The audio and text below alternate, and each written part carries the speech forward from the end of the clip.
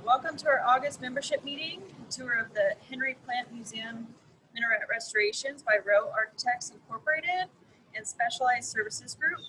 Today, leading our tour behind the camera right now is Angela Hendershot. So we'll swap places here in a minute. But before we get started, a couple of announcements. Registration deadline for our 2020 Honor and Design Awards is just 2 weeks away. You only have to enter payment and award category to register. It only takes a few minutes. So please go online and register AIATampaBay.com and enter your projects. We're excited to announce that this year we are adding a new award category, the Sustainability Award. This award honors a project for any category that embodies the Designing for Wellness framework for design excellence as outlined by AIA National. You can learn more about this new award at AIATampaBay.com. Finally, if you have any questions, please put them in the chat. We do have Scott monitoring the chat over there, so Angela will try to answer those questions, or Scott can text back on the chat. So we'll be responding real time with you guys. We'd also like you to keep your audio muted, just so we can hear the tour and don't have any distractions. And with that, we'll go ahead and get started. Okay, we'll switch. Hold on. Wait, go this way. Okay, can everybody hear me? All right, I'm Angela Hendershot with Rowe Architects, and I am very excited to show you guys the work we've been doing here at Plant Hall on the minarets specifically. Let me just quickly introduce the guests we have with us in person tonight. I'm going to start over here. We have Mandy Joyce from Rowe Architects. We have Nick Olson from Specialized. We have Candy Olson and Karen Dalton. They're both from the Chislers, and Candy will tell us a little bit more about the Chislers organization here in a moment. Sean Carney from Specialized, Lisa Brockna and Scott Gosen from the University of Tampa. So this is pretty much everybody that will fit up in the minarets. It's a small space, as you see, so a virtual tour actually is perfect. And before we start going up, I think if we can, you can just kind of pan up. We are going to go up into what is known as Minaret 6, which is that one right up there, right above us. If you can see it. Can you see it? Oh, yeah, you should be able to. So we're going to work our way through the building and climb up into the minaret together. But first, we're going to hear a little bit more about the building and about the Chislers from Candy.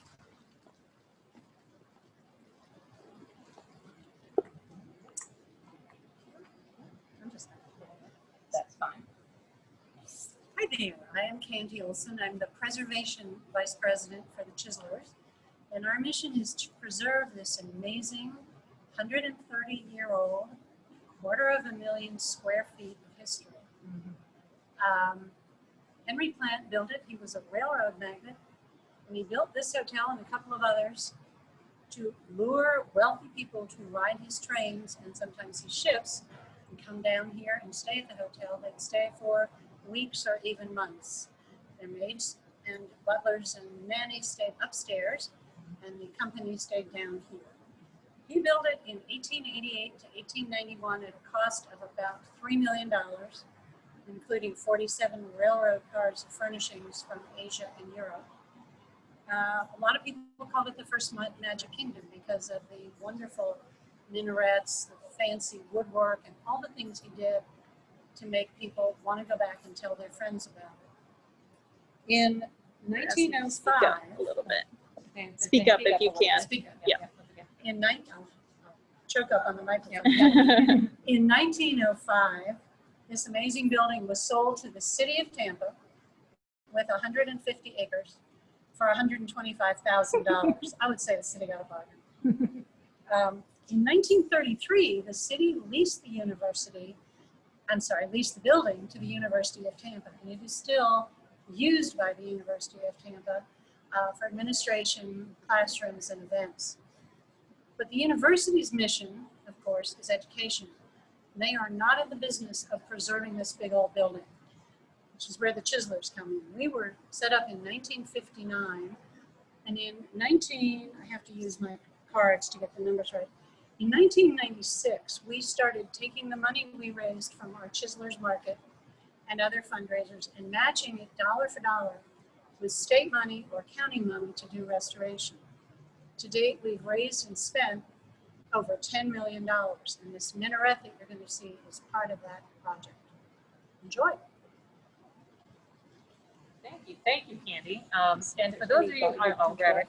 For those of you who have not been to the Chislers Market, which is held every spring, although it was an early casualty of COVID this year, which was heartbreaking, I highly, highly recommend it. There's some amazing stuff here at the Chislers Market, and it is one of the major fundraising events that, again, all the money comes back into preserving this amazing building, which is a full-time job. Preserving this building is constantly an issue. So what we're going to do is we're going to walk into the lobby. We'll look around in the lobby a little bit, and then we're going to make our way over to the elevator and up, and then we'll go up into the minaret and talk a little bit about the work that we did in there.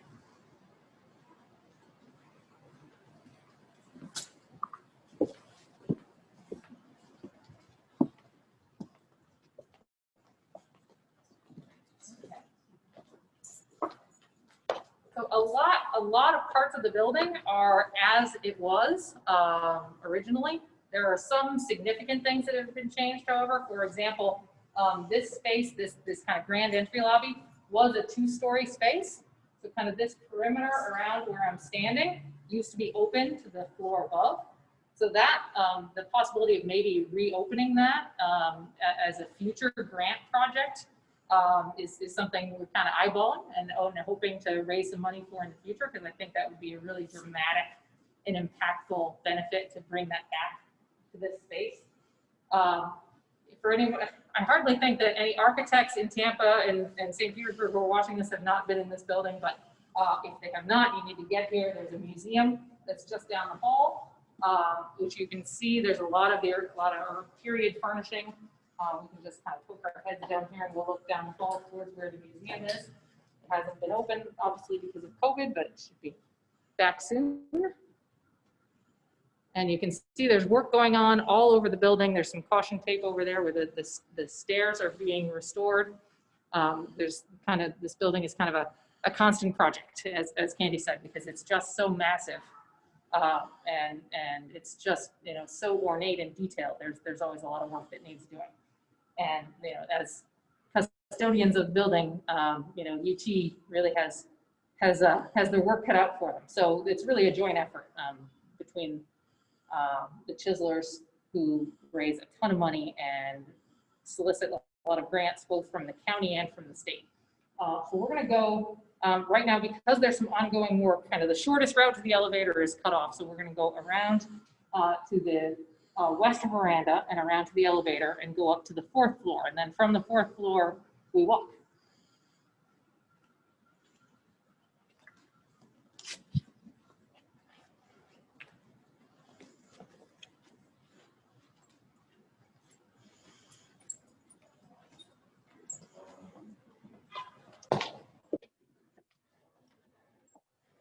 So the wood on the verandas is another material that frequently needs to be repaired. We did some repair work on these west verandas earlier this year, as well as some repair work on the east verandas.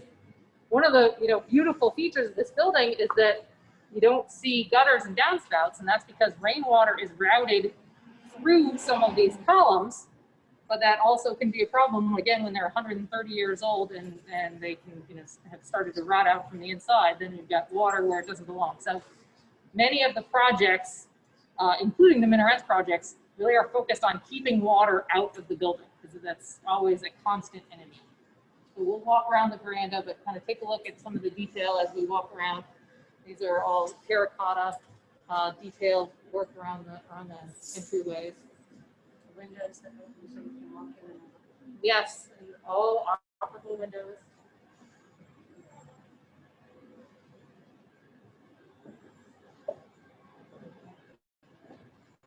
So we're going to go around this way.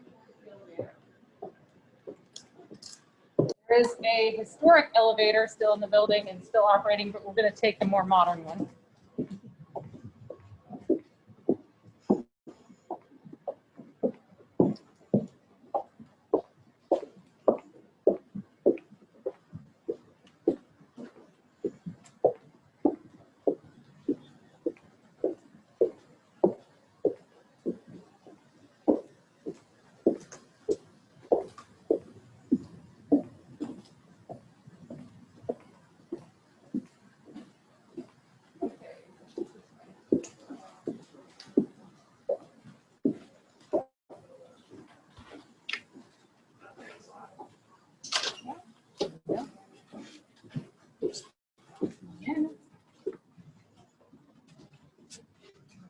Sean? Sean, do you want to talk a little bit about what you guys have been doing on this building for the last, I don't know how many years? While we go up? Shall we go up? Yep, let's go up. We'll catch the next. Yep. So, Two.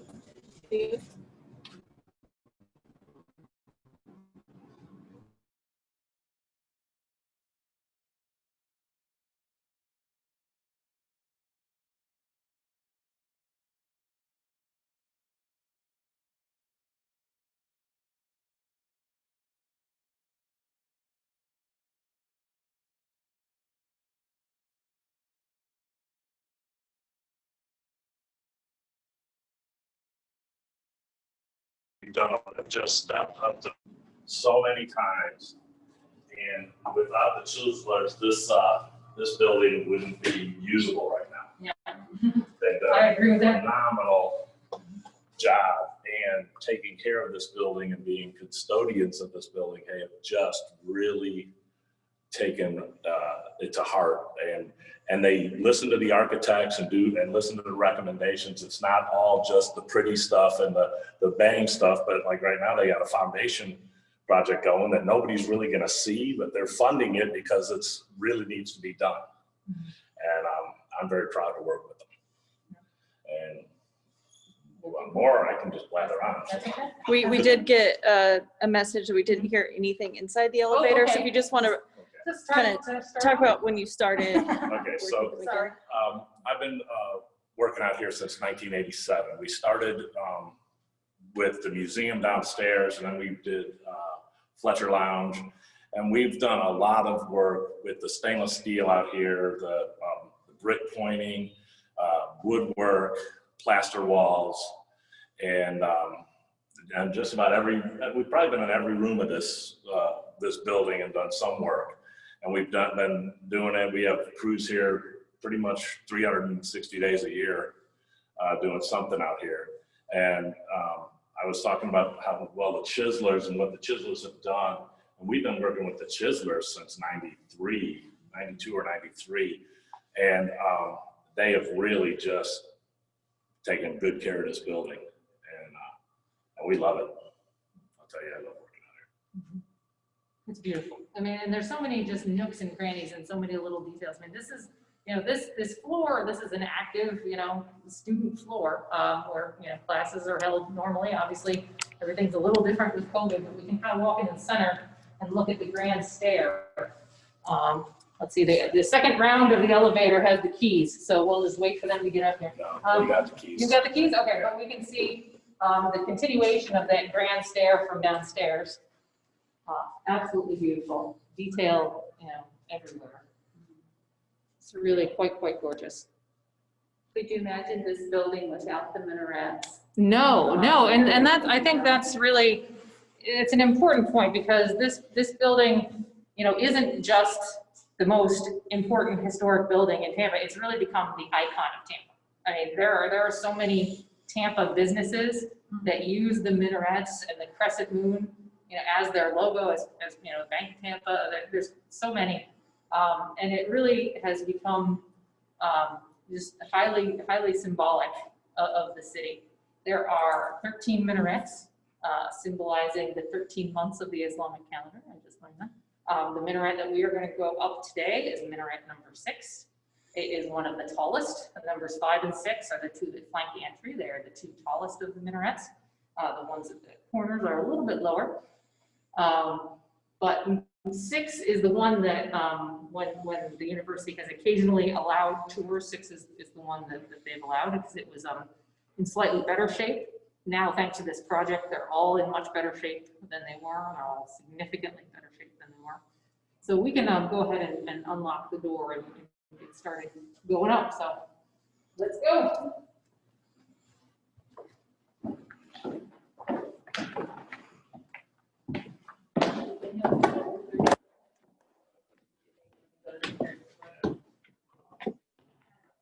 It's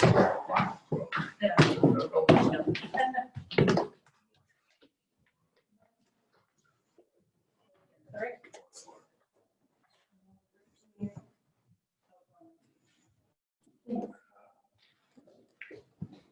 is a great view of the stainless steel roof up close right here.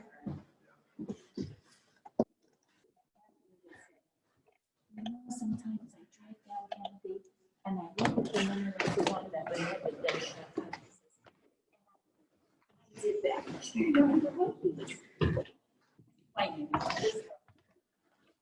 is supposed to be working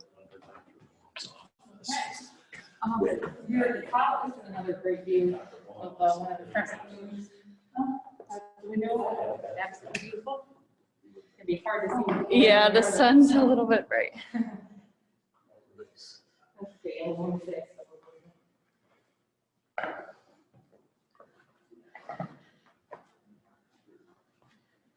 Again, this floor is mostly faculty offices, not as many classrooms, not as many students up here. But it's all actively used. Okay, you got the key? You got the key? Nick is You got it? already opened it. All right, let's go. I hope.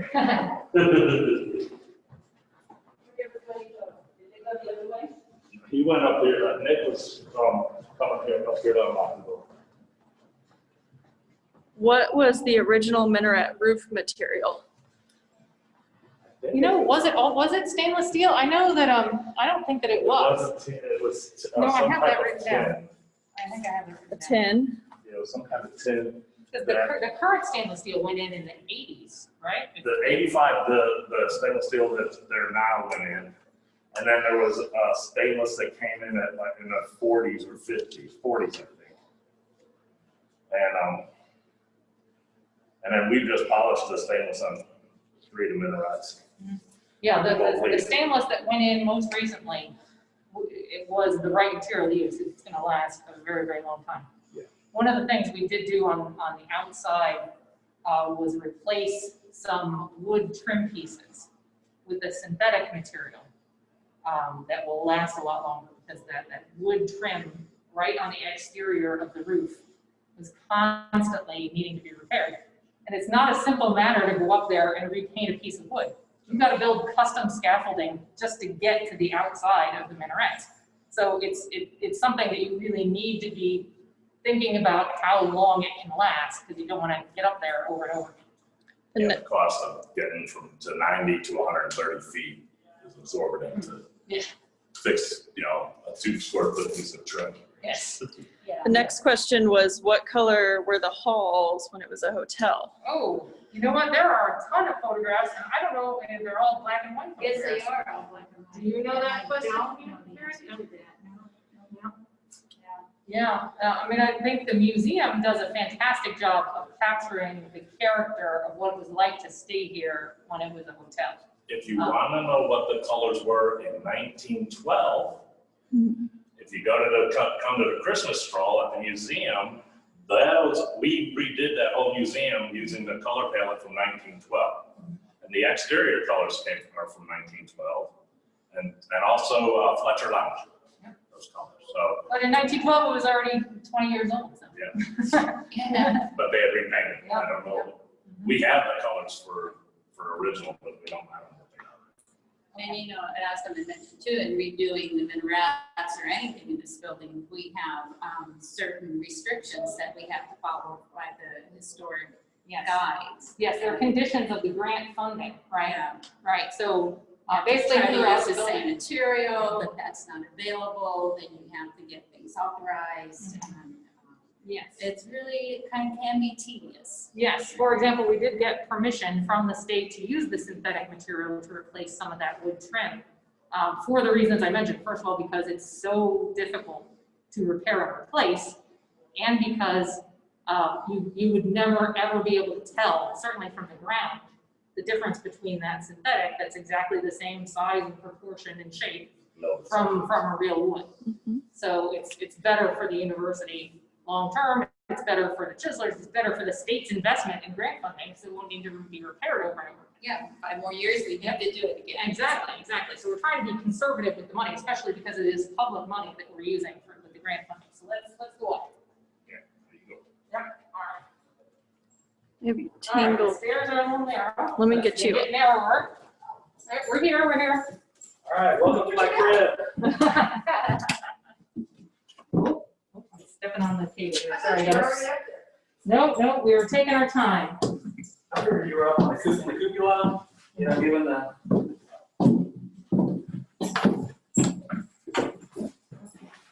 We should let the camera go first. I don't want, you know, behind you all. What am I doing? Nice view, Okay, so this is a great place to start because you can see all this brick was repointed, everything was repainted, windows redone and resealed. One of the most interesting things I found about this building is how they used what was to hand. For example, these members up here are not regular steel beams, they're railroad ties, because that's what a railroad magnet would have handy. So it's a little awkward when you're assessing the building structurally, because, you know, railroad ties don't show up in your load tables. So you have to make some educated guesses about the existing materials and how they're holding up. But all those were cleaned and sanded down and repainted. Nick, you want to talk about some of the work? Yeah, so like Angela talked about, the interior was repointed here. The mortar was in pretty rough shape, and originally it was plastered directly to the brick, and a lot of that was failing from water intrusion, falling off the walls. So the University of Tampa decided to not go back to the plaster finish because they really love the exposed brick look.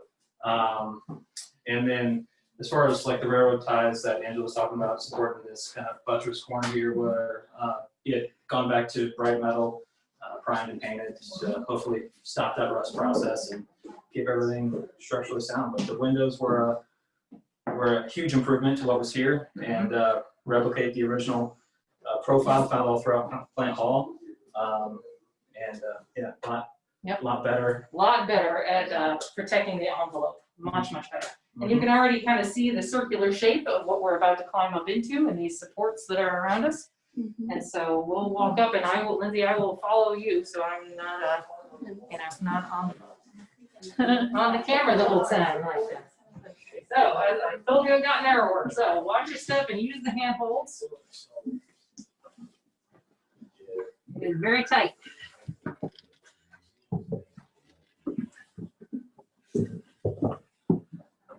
So yes, this is the perfect virtual tour. Because I'm not sure how many of you are watching, but we would not all fit in here with you together. Okay, so we are on what is essentially the 6th level now. A great view. So you get a great view of that's Minaret 5 over there.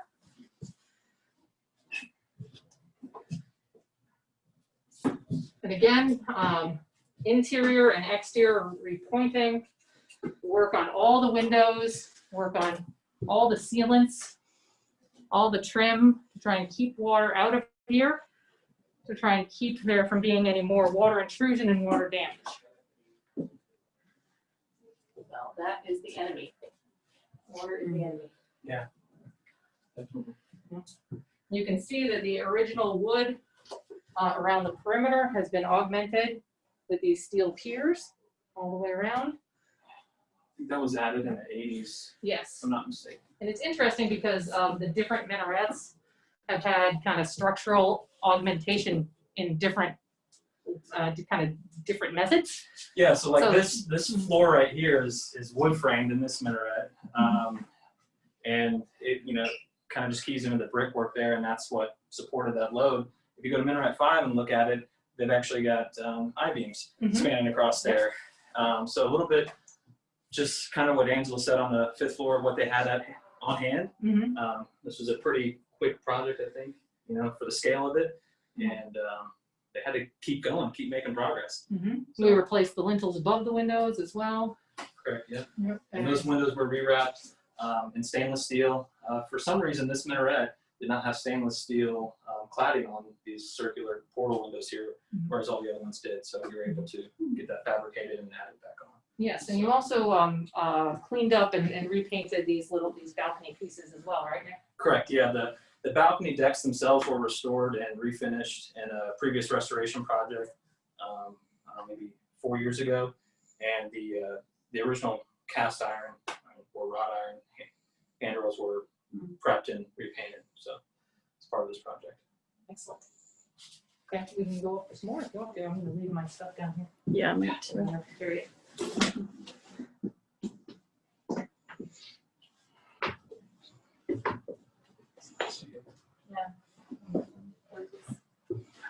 This is definitely a view of Tampa unlike any other.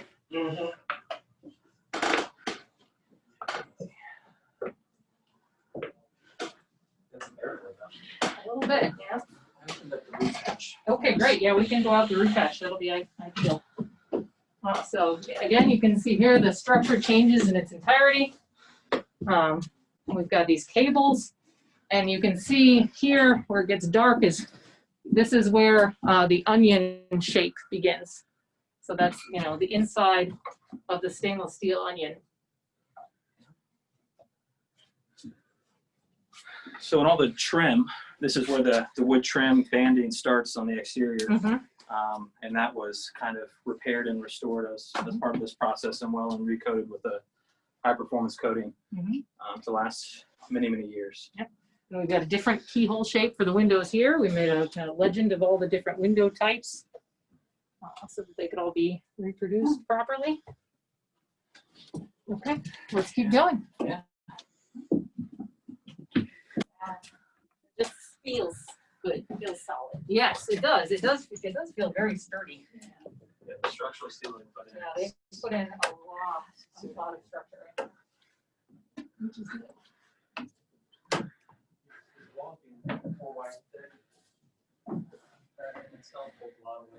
Yes, yes. Nick was just saying that the brick is 4 wides thick in most places in this building because, you know, it's load-bearing masonry on the exterior.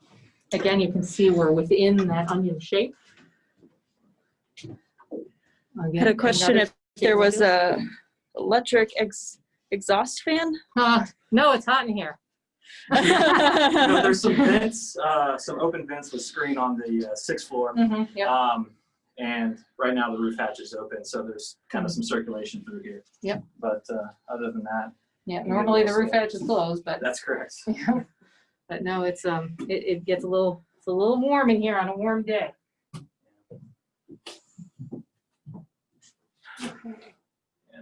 Well, and if Angela, I don't know, you want to point this out, but you can see the blocking added in. And if anybody's wondering what that is, the bands. New wood blocking, yep. Yeah, which go over the sheet metal, stainless steel sheet metal on the exterior. All the fasteners were replaced with longer fasteners, additional blocking, new sealants to just really make sure everything's nice and tight and waterproof again. Yes.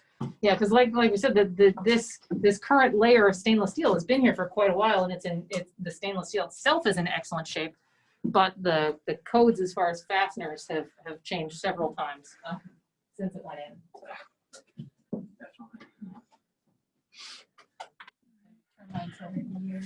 Yes, yes. Plant hall has been tented. That was quite some time ago. Oh wow. Yes.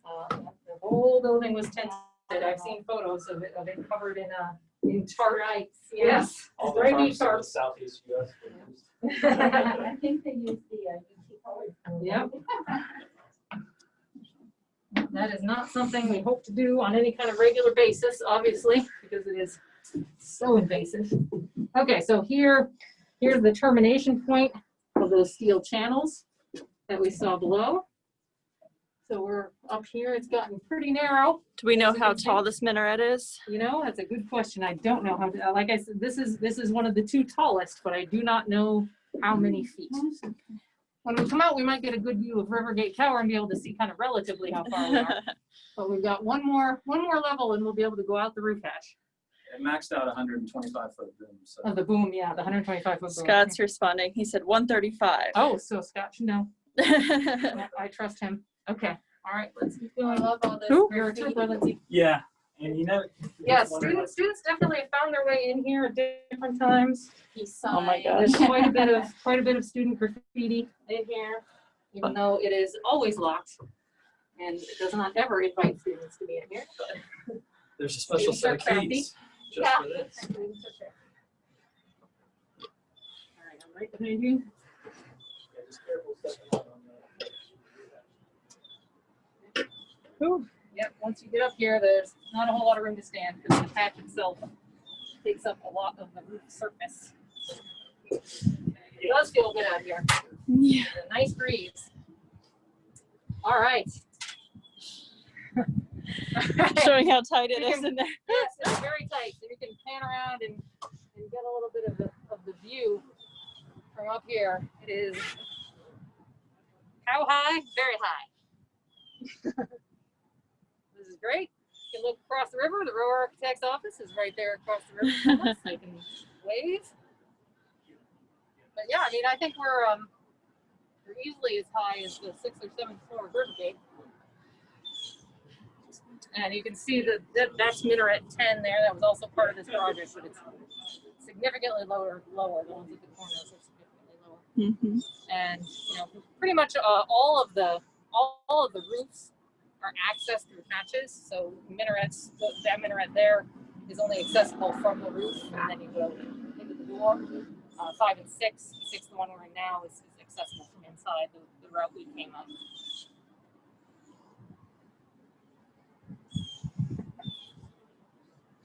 Any questions while we're out here? You can see all the way to the stadium.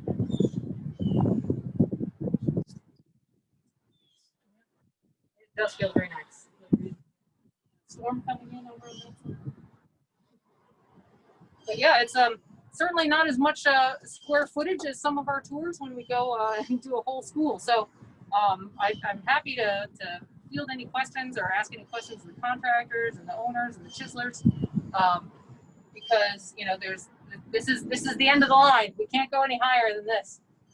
So if anybody has any questions, we're happy to answer. Have you ever been struck by lightning? Have they ever been? I am sure they have. That's a good question for Scott. Nick, can you see if Scott is down there and He's in good voice range? Yep. I'm sure they have. I'm sure they have. But I mean, they've weathered actually remarkably well. I mean, they weathered incredibly well when Irma came through. Surprisingly little water infiltration. I think the thing that probably is the most that keeps some of the UT folks up at night is this worry about the fire. It is mostly a wooden building. However, it was built with. Yes, we've done multiple repairs due to lightning. Oh, good. Okay, thank you, Scott. The building was built with what they called in the 1800s fireproofing, meaning they poured concrete around the wooden floor structures, not for structure, but to fire insulating. But the entire building is now fire sprinklered, because that is obviously a big concern with this much of a wood building. So that's hopefully as mitigated as it can be.